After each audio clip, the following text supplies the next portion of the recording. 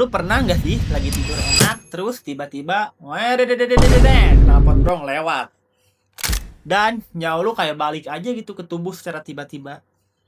Ya, ini bukan film horor bro, ini Bandung. Dan hari ini kita bakal bahas satu topik yang bikin telinga panas dan paru-paru pengap. Knalpot brong, antara gaya dan gangguan udara. Gue Bobby, dan ini Ngariung Udarana, podcast buat lu yang masih sayang sama Bandung, tapi udah muak sama polusi udaranya. Oke, sekarang kita udah kedatangan 3 sosok penting. Ada yang pro sama lingkungan, ada yang mainannya data, dan ada juga yang siap pasang badan buat komunitas motor.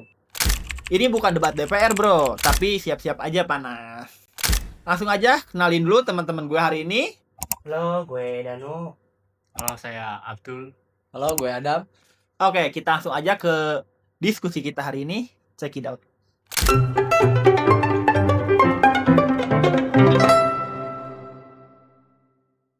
Dam, gua murah dari lo nih.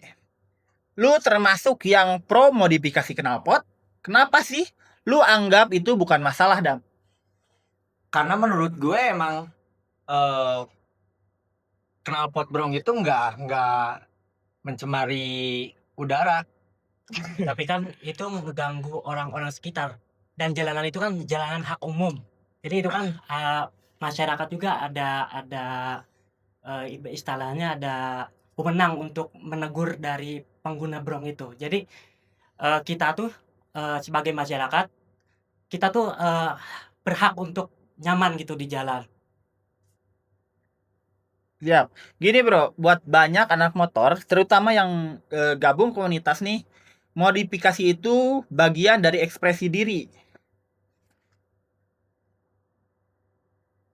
Tapi nggak semuanya orang ganti knalpot brong cuman buat gaya atau ekspresi diri ya.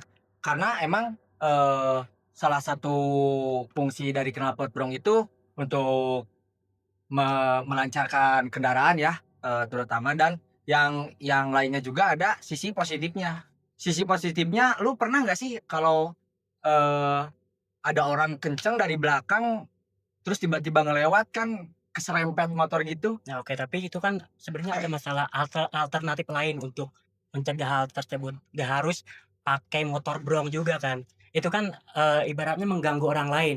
Nah, kenapa gak pakai knalpot yang standar aja yang maksudnya bisa nyaman dengan lingkungan sekitar tuh bisa nyaman gitu. Kalau ngomongin masalah hak dan siapa saja yang di jalan, menurut saya orang yang memiliki knalpot brong juga punya hak. Karena kan kebanyakan orang, kalau gue sebagai motovlog ya, dan sering motoran, jalan-jalan yang dilewati biasanya itu jalan-jalan yang bukan jalan umum atau bukan jalan yang banyak keramaian. Dan gue juga bukan orang yang rumahnya di dalam gang, gue juga ngerti. Jadi kalau menurut gue sih ya, kalau tidak mengganggu orang-orang di sekitar ya aman-aman aja. Kalau di jalan kalau berisik sih pastinya ya ada suara mobil motor yang lain juga, bahkan knalpot standar juga bisa berisik. Nah, dari situ juga saya juga pernah pengalaman dapat pengendara yang menggunakan motor brong gitu ya, dan suaranya itu yang termasuk kencang, tapi dia itu knalpotnya kayak seperti mengeluarkan angin, dan itu kan mengganggu pengendara yang dari belakang gitu loh. Nah, itu fungsinya helm. Nah, tapi kan Lu pakai helmnya. Bentar. Nah, saya mau menjelaskan sedikit tentang bagaimana bahwa permasalahan ini duduk masalahnya. Bahwa memang saya pahami dari AA sendiri kan bahwa itu adalah suatu bentuk ekspresi dari anak muda untuk melakukan menggunakan knalpot brong itu. Cuman di sisi lain ini bukan saja tentang kenyamanan ataupun tentang hobi ataupun tentang ekspresi, tapi ada hal-hal lain juga yang menyangkut tentang kesehatan. Bagaimana WHO sendiri menyatakan bahwa dengan banyaknya kebisingan ekstrim di jalanan, baik itu terutamanya itu dari hal-hal yang seperti itu dengan knalpot brong itu akan menghasilkan atau akan menyebabkan beberapa hal, di antaranya adalah adalah bagaimana penyebab-penyebab penyakit-penyakit yang bagaimana itu tentu akan mengganggu kesehatan generasi gitu.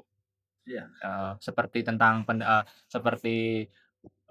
seperti peningkatan tekanan darah, gangguan tidur, kemudian bahkan risiko penyakit jangka panjang yang itu akan berujung pada kematian. Itu kan walaupun berdasarkan dari penyebab-penyebab kecil yang itu akan berdampak panjang ke depannya, kayak Ya, iya. bagus. Jadi di sini, saya, host, itu bahwa saya tidak menitik beratkan terhadap bagaimana persoalan terkait ekspresi dan hobi ini. Mungkin ya ini kritik juga terhadap pemerintah untuk bisa memfasilitasi kritik hobi ini agar juga tidak mengganggu kenyamanan di jalanan atau Betul. mengganggu kesehatan di jalanan, seperti itu. Heeh. Gak ada kaitannya menurut gua sama kesehatan kecuali gua pakai motor itu di rumah sakit, Oke, itu deket-deket kalau rumah misalkan sakit. pengendaraannya cuma satu. Tapi kan seperti yang kita tahu kan pengendara motor brong itu kan ada banyak di Bandung nih, terutama di Bandung. Dan itu tuh jadi salah satu penyebab kenapa Bandung juga sekarang panas. Betul, betul. Poin bagus. Gue mau angkat ke level kota nih. Menurut kalian semua, kenapa Bandung makin parah udaranya dan apa hubungannya knalpot brong di dalamnya? Selain mencemari udara itu dampak apa aja sih dari lu khususnya yang eh, kontra terhadap penggunaan knalpot brong ini? Selain pemanasan global yang tadi udah dijelasin dan penyakit-penyakit itu apa aja hubungannya sama udara di Kota Bandung?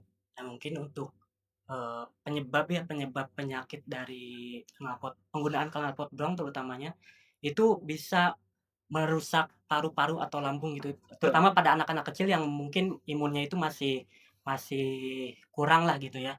Jadi mungkin untuk penyakit sih, berimbas ke anak-anak kecil gitu. Kalau kalau masalah berarti ini kan masalahnya, di polusi ya, di polusi udara. Bukan kalau kalau ngomongin, knalpot brong, menurut saya knalpot standar juga mengeluarkan gas, cuma suaranya tidak terdengar seperti knalpot brong. Dan, polusi juga, polusi yang mengakibatkan bumi ini jadi sakit ya, orang-orangnya jadi tercemar oleh polusi-polusi udara yang buruk, bukan knalpot brong aja, karena ada pabrik, ada pembakaran sampah juga kan ya, Mhm. gitu sih.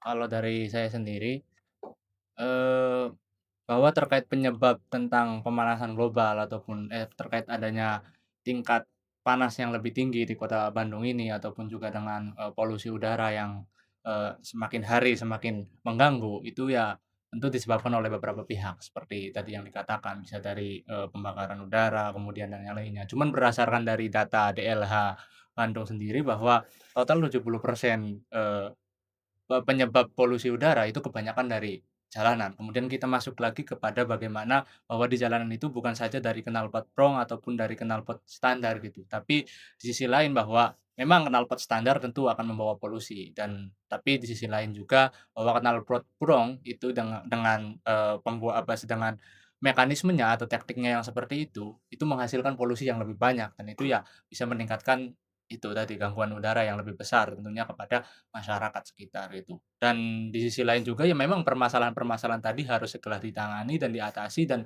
yang paling bertanggung jawab tentunya dalam pihak ini ya adalah pemerintah juga. Di samping sisi lain juga kepada pengguna-pengguna seperti knalpot ataupun juga, ya kesadaran diri dari masing-masing masyarakat Bandung juga itu harus diperlukan, seperti itu. Kalau dari saya analisis kebijakan dan strategi ke depannya seperti apa ya? Nah, di sini kalau masalah knalpot brong ya, kita sering keluar, pakai motor yang kita modifikasi itu kebanyakan di hari Minggu, hari weekend. Mhm. Dan hari weekend itu hari yang menurut saya hari bebasnya buat para orang-orang yang udah lelah kerja, lelah, sekolah ya, untuk mengekspresikan dirinya, ya ada yang olahraga, ada yang motoran atau olahraga lain ya, banyak sih olahraganya. Dan menurut gua, eee jalur yang kebanyakan anak-anak motor ya, terutama yang dipakai itu bukan jalur-jalur, eee, yang masuk gang, ke perumahan-perumahan, itu pasti ke jalur raya yang pastinya kalau ngomongin masalah suara, itu pasti berisik semua, gitu. Jalan bahkan knalpot standar pun berisik gitu.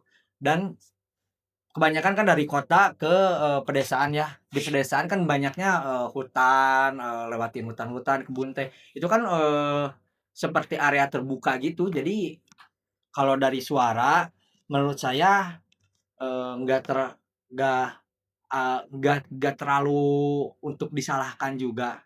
Dan buat polusi menurut saya harusnya bukan dari motor aja sih yang dikritik gitu. Oke, mungkin saya mau bertanya nih kepada Adam. Dari sudut pandang pengguna motor brong ini sendiri, apa sih untungnya menggunakan knalpot brong itu? Nah itu yang tadi gue ceritain pertama, gue pernah mau keserempet karena tidak terdengar, dan gue juga pernah menghindari motor yang kenceng karena terdengar dari belakang, itu udah dari jarak jauh udah terdengar ya. Contohnya kayak apa ya, ceritanya kayak kayak motor yang lampu gitu kan, fungsinya lampu di malam hari itu kan buat belok kan, kita dari jauh udah kelihatan ada motor gitu. Nah knalpot berisi juga hampir mirip itu, suaranya itu bisa buat Menandakan buat apa? menandakan bahwa Nah, kita tuh ada menandakan lagi ada kencang gitu kan. Sama kayaknya. gitu sih. Oke, gini aja nih. Sekarang gue mau masuk ke ranah personal. Buat lu masing-masing, lu punya batas atau prinsip nggak dalam menyikapi isu ini? Kalian? gimana tuh maksudnya? Kalau buat gue pribadi, gue pakai motor pasti tanggung jawab. Masalah knalpot berisik gue pasti lewatin jalur-jalur yang mungkin tidak mengganggu ya, apalagi melewati rumah sakit kan jarang ya. Jalur-jalur gue kan di Bandung itu, ke Bandung, ke anak-anak motor tau lah ya, ke KFC, gue biasa sama ke situ. Itu jalur-jalur aman dan nggak dipakai buat harian. Karena kalau buat pakai harian ya pastinya ngeganggu lah kan, gue kerja, masuk ke tempat kerja berisik. Gue juga ngerti, tapi menurut gue hari Minggu adalah alasan gue untuk apresiasikan diri. Mungkin bisa Mungkin nggak untuk prinsip-prinsip yang dijelaskan oleh Bobby tadi, sebenarnya nggak apa-apa untuk memakai motor brong, apalagi mungkin hobi cowok kan kebanyakan modifikasi motor lah ya. Dan mungkin lebih ditertibkan aja sih untuk penggunaan motornya itu. Jadi tahu batasan-batasan yang bisa bisa di inilah bisa dibatasi gitulah. Ibaratnya jangan sampai mengganggu masyarakat umum juga, jangan sampai berkeliaran bergerombolan lah ibaratnya, itu kan bisa menyebabkan bisingnya tuh terlalu bising gitu ya. Mungkin itu sih.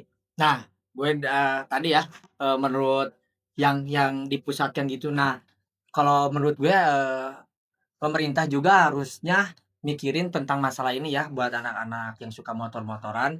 Kan ada yang namanya Car Free Day, biasa buat dipakai lari ya.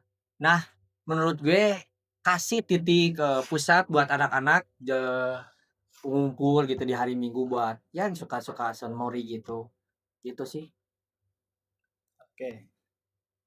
Mungkin dari Anda Oh ya, oke, ada dari saya sendiri ya bagaimana mengamati masalah ini bahwa persoalannya itu ya ini duduk persoalannya itu lebih besar, yaitu tentang limit iklim.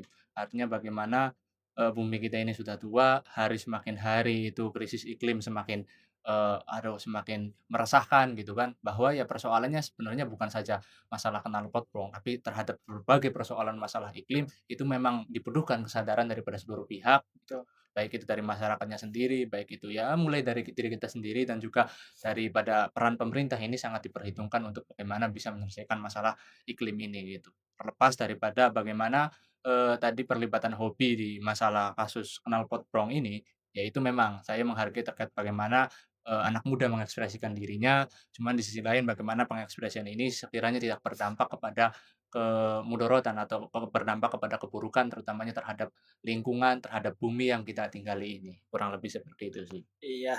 Oke, dan sekarang mungkin waktunya kita untuk mikir bahwa gaya nggak harus ngerusak. Bandung butuh kita semua. Bukan buat makan, bukan buat makin keras, tapi makin waras. Guys. Oke, diskusi kita hari ini bukan buat saling nyalahin, tapi buat saling sadar knalpot brong itu cuma satu potret dari banyak masalah kota, tapi dia simbol yang cukup keras untuk bikin kita berhenti dan mikir. Mungkin ada yang bisa diberikan